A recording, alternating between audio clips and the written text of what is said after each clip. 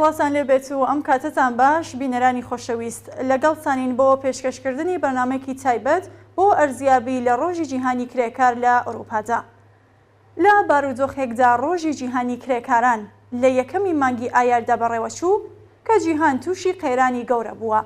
قەیرانی ئابووری و شەڕ و تێکدانی ژینگە. سروشتیە باری هەڵگرتنی ئەو قەیرانانە بەسەر چینی کرێکاردا دەسەپێنرێت و دەرکەوتنی داچەوەستانەوەی تونتر و بێکاری و هەژاری و برسێتیدا دەبینرێت. ڕۆژی جیهانی کرێکارانی ئەمساڵ ڕەنگزانەوەی ئەو جۆرە بارودۆخە ناجێگیرە بووە کرێکاران و زیاتر و بەرفراوانتر جەهاتنەوە سەر شەقام. بۆ گفتوگوکردن لەسەر ئەو بابەتانە بانکشتی هاوڕێ شۆڕش کەریمی ئەنجامی کۆمیتەی ناوەندی کۆمەڵەمان کردووە کە لەم بەرنامەیەدا بەشدار بێت. هاوڕێ شۆڕش سڵاو لێبێت، زۆر سپاس کە بەشداریت. پرسیاری یەکەمم تەرخان دەکەم بۆ هەڵسەنگاندنی ئاهەنگی ڕۆژی جیهانی کرێکاران بە تەواوی لە یەکەمی مانگی ئایارەوە هەڵسەنگاندنتان چۆنە؟ منی سڵاو ڕێزم هەیە بۆ ئێوە و بۆ هەموو بینەرانی عزیزی تەلەڤیزیۆنی کۆمەڵە. ئەوەی کە دەرکەوت لە ڕۆژی یەکی ئایارە ڕۆژی جیهانی کرێکارەوە بوو کە بە تەعدادێکی بەرچاو لە هەموو شارە گەورەکان بە تایبەتی وڵاتانی ئوروپایی، وڵاتانی ئەمریکایی و وڵاتانی ئەمریکای لاتین ئەمەوانەدا بە بەربڵاوی خەڵکی تەبەخەی کرێکار، ئەتحادیەها، ئەحزابی سیاسی چەپ و سۆسیالیست هەمووانە هاتنە خیابان. ئێمە مەسەڵەن ئەگەر ساڵانی پێشووتر بە تەعدادێکی کەمتر لە ئەمڕۆ ئەمانتوانی بیبینین، بەڵام لە تاتی تاسیری شەرایەتێکا کە دوایی ئەگەر فرسەت بێ ڕۆینە سەری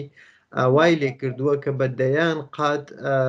ئەو مەراسماتەی ئەوەڵی مانگی مەی لە شارە جۆرا و جۆرەکان، وڵاتە جۆرا و جۆرەکان پەرەی سندووە و بە ملیۆنها ئینسان لە ناویە بەشداریان کردووە. و ئەوەیش تەنیا بە وڵاتانی ئوروپایی تەواو نەبوو، یانە تەنیا لێرە نەبووە، لە فلیپین بووە، هەتا لە وڵاتانی ترم وەکو کۆلۆمبیا، وەکو ئەمریکای لاتین، ئارژانتین، شیلی، لە هەمووانەوە لەو شوێنانەیش کە ئێمە وەکو تەشکیلات حزورمان هەیە لە ئاڵمان، لە سوێد، لە نۆروێژ، لە دانمارک، لە فینلاند، لە هەمووەوانە، لە هەموو هاوڕێیان لە هۆلەند لەوانەمان بیست کە تەعداد بە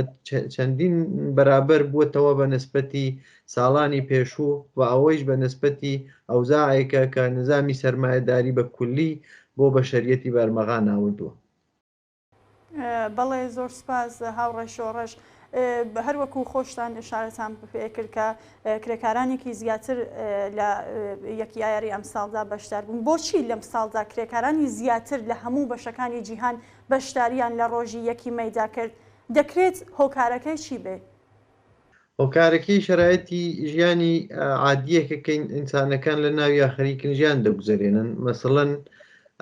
بە نسبەتی ساڵانی پێشووت تۆ دەبینی لەم وڵاتانەدا دوچاری قەیرانی اقتصادیە، لەم قەیرانی اقتصادیە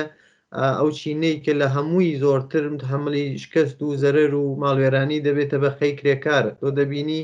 تەوەڕۆم لەم وڵاتانەدا بە 12 13 حتا تا 15% شت تەوەڕمی پیا کردووە، گرانتر بووە، کەلوپەلی پێداویستی ژیان گرانتر بووە. بەڵام دەبینی سەدحی دەستمۆزد ئەو پوڵەی کە دەدرێ بە کرێکار و ئەو حقوقەی پێیان دەدرێ هەر ئەو حقوقەیەکە 10 ساڵ 5 ساڵ 20 ساڵ لەمە بەر هەروانەیان پێدرا.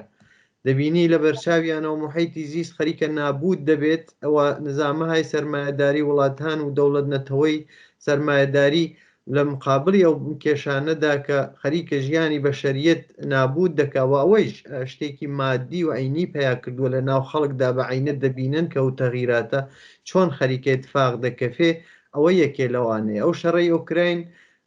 رووسیە کە خەریکە ها لە کایەدا ئەوەش بەشێکی تریە لە بەرچاوی خۆیانەوە وڵاتانە بە ملیاردها دلار تەرخان دەکەن بۆ شەڕێکی ماڵوێران کرد. دەبینن لە ناو خودی ئەو شەڕەدا شرکتهای زلهێز، کۆنسەرنهای زۆر گەورە بە ملیاردها دلار خیر دەکەن، شرکتهای نەفتی بە ملیاردها دلار خیر دەکەن. یعنی حتا بەراوردێکە کراوە مەسەڵەن شرکەتی شێل یا شرکتهایەکە نەفت و گاز و ئەوانە دەگوازنەوە بۆ وڵاتانی ئەوروپایی یا بەرحەڵ خۆیان بەهرەی دێرنیا تەبدیلی دەکەن.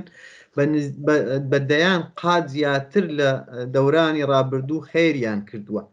واوەی لە ناوە شەڕەدا خەڵکی هەژار و فەقیر دەکوژرێ و لە پوڵی ئەو ماڵیات دەهەندگانە ئەو خەڵکەی کە لێرە کار دەکەن دەستمۆزەکانیان زۆر ها لە خوارەوە ناتوان هەتا پێشۆبژین لە پوڵی ئەوانە بە ملیاردها دلار سەرفی ئەو شەڕە دەکرێت و بە جێگەوەی کە ڕێگە حەلێکی بۆ ببینەوە هەر خەریکن گاز و نەفتەکەنە مل ئاگرەکەدا و ئەی گەشێنەوە بەرحاڵ ژیانی ملیۆنها ئینسانیان خستووەسە خەتەرەوە لێرە بەنسبەتی ئەوانش هەتا ئەوانەی کە کار دەکەن ناتوان دەرەوەی خەرجەکانیان بنیانێ بەشی مەسکەن لەو شارهای گەورەدا ئەوەندە زیایی کردووە کە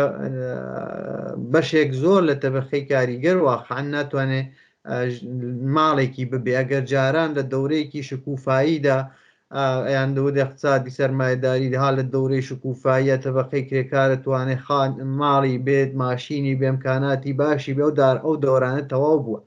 بۆیە هەموو ئەوانەوە مەسلەی تر مەسلەی بۆحرانی پەناهندگیە تۆ دەبینی ئەو دەوڵەتە زلهێزانە لە مقابل ئەو شرایەتەی کە خۆیان دروستیان کردووە شەڕ خوڵقانن چەک فرۆشتن نابودی محیتی زیست لە وڵاتانی پیرامونیە ئەو وەزیەتێ بوو کەوتم بەرحاڵ بۆحرانێکە لە ناو خودیە وڵاتانە بەڵام لە وڵاتانی پیرامونیە لە ئستسمارە و بیگرە هەتا فرۆشتنی چەک و بەڕێخستنی چەک و هودتا و هەمووانش دەکەن و خەڵکانێکیش لە وڵاتانەوە دێن بەرەو ئوروپا لە ڕێگەی دەریادا گیانیان لە دەستە دەنەم ساڵ پێم وایە لە هەموو ساڵێک زیاتر خەڵک لە ناو دەریاکانە گیانیان بەخت کردووە بۆیە هەمووەمانە دەست بداتە دەست یەکەوە شرایەتێکی عینی دروست کردووە کە بەشێکی زۆر و بەرچاوتر لە خەڵک بەو دەرەجە لە ئاگاهی گەیشتون ئەگەر پێشتر هێشتا متەقاعد نەبوو بێتن کە نظامی سەرمایه‌داری واقعاً ناتوانێت جوابگووی ئەمڕۆی بەشەریەت بێ ئەم نظامە نەکەوەی کە خراپ کار دەکا ئەو جۆرەی کار دەکا کە ئەبێ کار بکە ئەوەی ئەوەیە کە هەر چەندێک کەسانێک دەوڵەمەند دەبنەوە سروەت بەدەست دێرن ئەوەندەی تر خەڵکی فەقیر دەبێت ئێمە دەبینین ئەم باشتی سەرمایە گەیشتووە بە حدێک کە بازاڕێن یەکەلوپەلەکانیان تایە بفرۆشن بۆیە بۆحرانی کار دروست دەبێت خەڵ ناتوانێت کار بکات تەوەڕم دروست دەبێت هەموو ئەوانە دەسەداتە دەست یەکەوە شرایەتی وەکو ئەمڕۆی بۆ دروست دەبێت و خەڵک ناچارە کارێ بکە هاتنە خیابان بۆ ئەوەڵی مانگی مەدانێ لەوانێ کە نیشان بدرێت بە ملیۆنها ئینسان لە شەقامەکانە کە ئێمە دش بەو سیستەمەین و یاگەر زۆر دەرەجەیەک خواردتر بێت ئەتحادیەهای کارگەریە کە یاحساب دەکەن ئەو ڕۆژە فەراخان دەدەنێەوە مەسەڵەن چەند ماوەی لەمەوبەر چاوتەن لێ بووە کە مەسەڵەن لە ئاڵمانە یەکێ لە تاریخی ترین ئەحسابات کراوە بە ئۆتوبوس ڕانندەی ئۆتوبوس ڕانندەی قەتار شرکەتهای هەوا پێمای حتا خەلەبانەکان ئەحسابیان کردووە بە نسبەتی ئەو ژیانەی کە هاان لە ناویە بۆیە هەموو ئەو شتانەی کە تەوزێ هەمدا بۆ باعثیەوەی کە ئەمڕۆ ئێمە شایەدیەوە بین کە لە مەراسمی یەکی یاری ئەم ساڵدا خەڵکانێکی زۆرتر بێنە و چەندین قات زیاتر هەتا بێنە سەر خیابان و بەرەلەی ئەو ژیانەی کە تێداین و بەرەلەی سەرمایه‌داری مبارزە بکەن. بەڵێ هاوڕێ شۆڕش پێچان وایە ئێمە لە بەرجەم قۆناغێکی فراوان بوونی ململانی کرێکارێکدان بۆ نمونە لە فەرەنسا و ئەڵمانیا دیتمان؟ بەڵێ بە نوعێک دەبینین ئەو شتەی ئینسان دەڵێ هەروە بەرحاڵ نمونونەکانی لە ژیانی عادی کۆمەڵگەدا توانی ئەسپاتی بکە ئەمڕۆ ئێمە لە کۆمەڵگەی فەرانسەدا دەبینی کە چۆن خەریکە ململانێت دەکات لەگەڵ ماکرۆن و هێزی دەسەڵاتداریە وڵاتە لەبەرەوەی کە سنی بازنشستگی زیاد بکەن ڕەفۆرم زیادچینی لە 62 ساڵەوە بۆ 64 ساڵ بڵێ بەڵێ ئێمە دەبینین کە سەنایع پیشڕەفت دەکەن تەکنۆلۆژی زیاتر دەبێت بەجێگەیەوەی کە سەعاتی کار کەم بکرێتەوە ئینسانەکان لە ژیان لەزەت ببەن ئەمانیانەوێت دنیا بەرەو دواتر ببنەوە بەرەو دواتر و ئینسان تا ئەگەیتە لەبی قەورەکە ئەبێ کاری پێ بکەن بۆیە ئەو مبارزاتە ئێمە دەبینین لە فەرانسەداش ئەشکاڵێکی زۆر ڕادیکاڵی بەخۆی بینیوە و ئەوەی کە ئەیژن یانێ خودی ئەو سەتحە لە مبارزە یا مبارزەکردن بۆ خۆی دانشکایەکە بۆ تەبەخەی کرێکار بۆ کەسانەی مبارزە دەکەن دەبینن ئەو دموکراسیەی کە ناویان لێ دەبرد ئەو دموکراسیەی کە هەموویشی تەبەخەی کرێکار خەڵکی ئازادی خواست بۆی شەڕی کردووە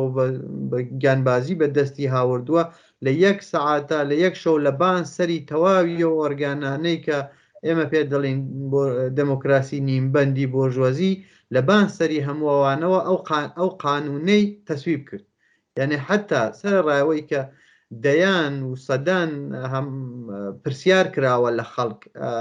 ئامار گیراوە کە 60-70% خەڵک و ئەوەی کار دەکا ژیان دەکا لەو کۆمەڵگەدا مخالفی ئەو ئەسلاحاتێ لە قانونی بازنشستگی وە زۆرترکردنی تەمەنی بازنشستگیە بەڵام لە بانسەری هەموو خەڵکەوە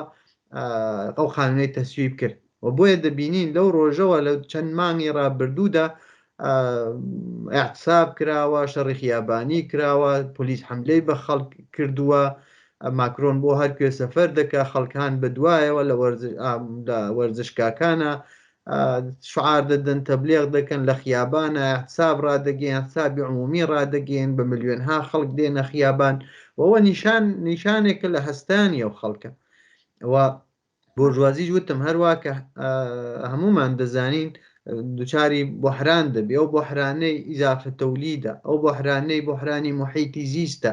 ئەو بۆحرانەوەی کە ئەگەر سەرمایهدار حەزی لە دەوڵەمەند بوونەوەیە لەو تەرەفی مقابلەوە خەڵکی کرێکارە بێ فەقیرتر بێ بۆ معنە کرێکارێک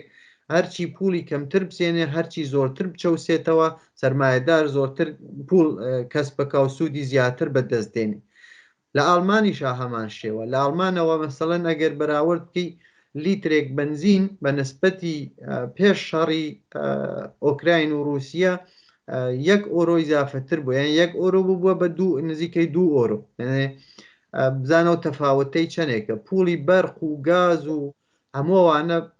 بە چەند قات دووسێ قات زیاتر بووە حتا بەشێک لە خەڵک واقعان لە توانیان نییە کە ئەو پوڵانە بدەن و دەوڵەت لێرە و لەوێ لەبەر ناچار دەبێزانێ اعترازاتێکی زۆر دەست پێ دەکا جارجارێ بەشێکی پەرداختەکە بۆیان بەشێکی ئەدا بە سوبسیتە شتێک پەرداختیەکە بە خەڵکەکە بەشی مەسکەنە مەسەڵەن تماشا دەکەی پێش ئەو شەڕا یا پێش بەرحاڵ 1 ساڵێک لەمە بەرتر کرێهەماڵ بە نسبەت 2-3 قات زیاتر گرانتر بووە بۆیە ئەم مبارزاتەی کە ئێمە دەمی لێدەین ئەوە شەرایەتی ژیانی ئەمڕۆی ئەو خەڵکەیە کە خەڵکی ئێرە دەبا بەرە مبارزە تەبعاً ئەو مبارزە لێرە بەوە شکاڵەی کە ئێمە لە ئێران یا لە وڵاتانی پیرامونیا ئیمکانی هەیە بیبینین و یەکڕا و ڕووخانی انقلابی ئەو ڕژیمانەیە لێرە ئیمکانی هەیە تۆزێ مبارزەی درێژخایەنتر بێ بەرحاڵ لێرە بەشێک لە خەڵک یان بڵێم تەبەقەی متەوەسێت تەبەقەی دەوڵەمەند و سەرمایهدار بە نسبەت لە ئیمکاناتێکی زۆرتر بەهرەمەندە لەوبەرەوەی کە تەبەقەی کاریگەر یا ئەو مەیلە ڕادیکاڵی تەبەقەی کرێکار خۆنسا بکاتەوە گەر زۆری بۆ بێ حتا تا ئاستا دەتوانێت چەندین ڕێفۆرم ئەنجام بدا هەروەکو کاتەی لە دەورانی بۆلشیکەکانە دەوڵەتهای ڕەفاهیان دروست کرد بۆی کە یا بەرحاڵ ئیمکاناتی زۆرتریاندا بە خەڵک لەبەرەوەی کە خەڵک بەرەو ئەو مەیلە ڕادیکاڵە نەکێشترێ و پێ دەڵێن مەسەڵەن انقلاباتی مەخمەڵی یا لەو نوع لە تەریقی اتحادیەکانەوە بەڵام ئەو منزورمەوەی لە کولدا ئەو شرایەتەی کە ئێستا تەبەقەی کرێکار هەم لە ئەوروپادا و هەم لە وڵاتانی پیرامونیدا ناویە هەیە چارەیەک ناهێڵێتەوە یعنیەوە قسەی من نییە قسەی حتا ئەوانەیە واقعان کە دژە کاپیتالیستیش نین کە نظامی سەرمایهداری ئەو قسەی سازمانی مەلەلە کە سەرمایهداری واقعان خەریکە محیتی زیست نابود دەکات ئەگەر هەر مەسلەی اقتصاد و سوود و ئێستەسمار وانە بنینەوەلاوە خودی ئەو تەناقۆزاتەی سەرمایهداری کە بۆ سوود هەموو شتێک دەکاتە قوربانی خودی کورەی زەوی دەکاتە قوربانی بۆیە ئێستا نەسڵینەوە نەسڵی پێشوو هەمویان گەیشتونە بۆ قەناعەتەیە بەشێکی زۆری گەیشتووە بۆ قەناعەتەی کە دەبێ مبارزە بەرفراوانتر بکەینەوە و خەڵکێکیش زمانێک لە ناو شرایەتێکی ئاوادا گیر دەکا یا بحران دێتە بەردرگاکەی دەگرێەوەی تر خەڵک نییە کە ئەڕۆی بە دوای مبارزتدا مبارزە دێتە بەردرگاکەی ئەگەر نەڕوان مبارزەکە احتساب نەکە نانی نییە بیخوا ئاوی نییە بیخوا مناڵەکەی ناتوانێت حەقی تەحسیڵی بێ ڕایگان بیمەی دەرمانی ڕایگانی ناتوانین لە خەدەماتی ئامۆزشی استفادە بکە بۆیە مبارزە بەردرگاکەیان نەگرێ و ئەو شرایطە من پێم وایە لە ئایندەدا ساڵانی ئایندە و هەر لە ئەمڕۆژەوە دیارە ساڵانێکە کە زوتنەوەی کرێکاری جنبشی سۆسیالیستی و دژە کاپیتالیستی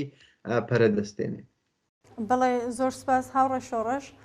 من پرسیارێکم نەماوە ئەگەر بۆ خۆتان ئەماژە بە شتێکی نەوتراوەکەن کە لە تولی بەرنامەکە ئاماژە پێ نەدریاگە بفەرمە. نەمنی سپاسیەوەک. زۆر سپاس بۆ بەشداریتان. زۆر سپاس. بەڵێ زۆر سپاس بۆ ئێوە بینەرانی خۆشەویستیش کە تا ئێستا بینەرمان بوون تا بەرنامێکی دیکە ماڵەوە.